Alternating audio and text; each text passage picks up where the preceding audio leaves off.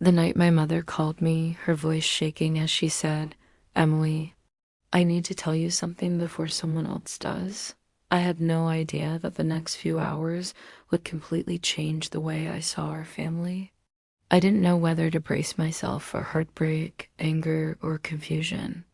All I knew was that the truth she was about to reveal had been waiting in the shadows for years. I drove to her house in the small town of Willow Creek, the place where I grew up, the place where everything always felt warm and predictable. My parents, Linda and Michael Whitfield, had been married for over 30 years.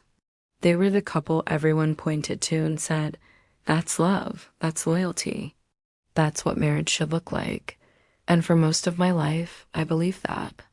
I believed their smiles, their routines, their easy conversations. Maybe I believed it because I needed to.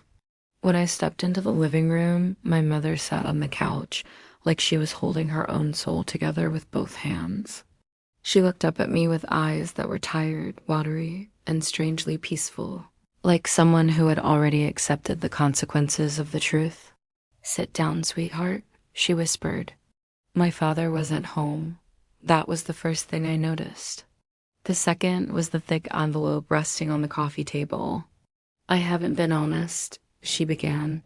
Her voice was soft, but it carried the weight of years.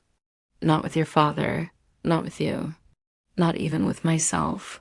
My heart was pounding as I sank into the chair across from her. "Mom, what happened?" At first, she said, it was nothing. Just a conversation at work. Someone who made me feel seen again. His name, she told me, was Daniel Harper. He wasn't some stranger she met online or a fleeting mistake at a bar. He was a colleague from her design firm. A man who laughed at her jokes, noticed the little things she worked hard on, and asked about her day when my father was too buried in deadlines and late meetings to even look up. She didn't describe anything inappropriate. Not once. She didn't sensationalize or romanticize it.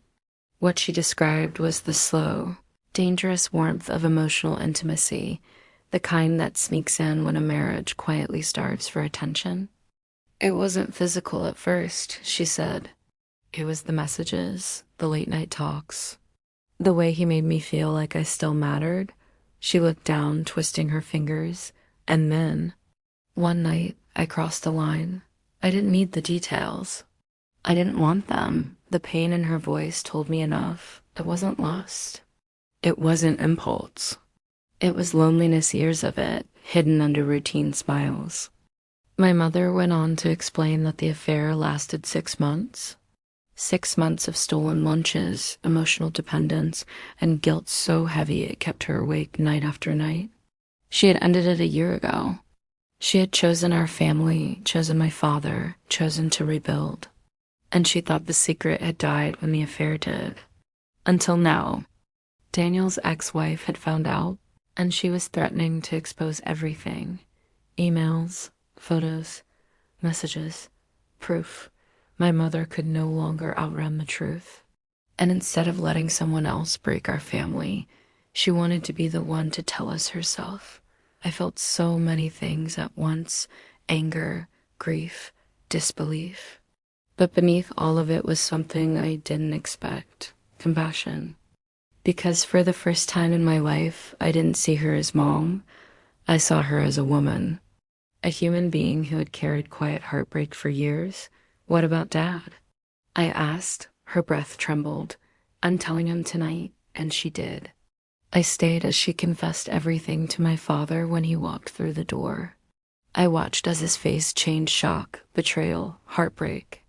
But the part I'll never forget was when he sat down, silent for several minutes, then whispered, "Why didn't you tell me you were hurting?"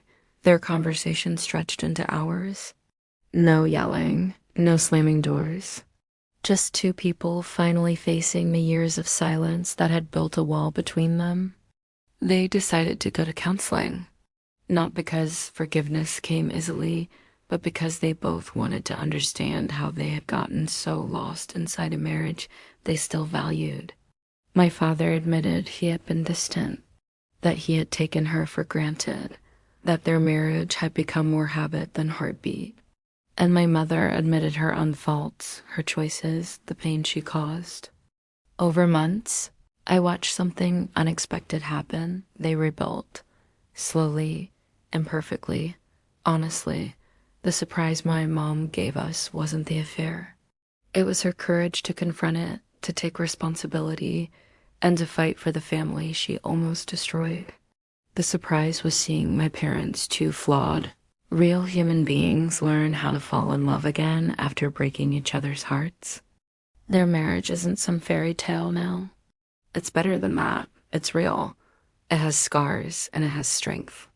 And as strange as it sounds, the moment my mother confessed the truth was the moment our family finally stopped pretending and started healing. And me, I learned that love isn't defined by perfection. It's defined by what you do when everything falls apart.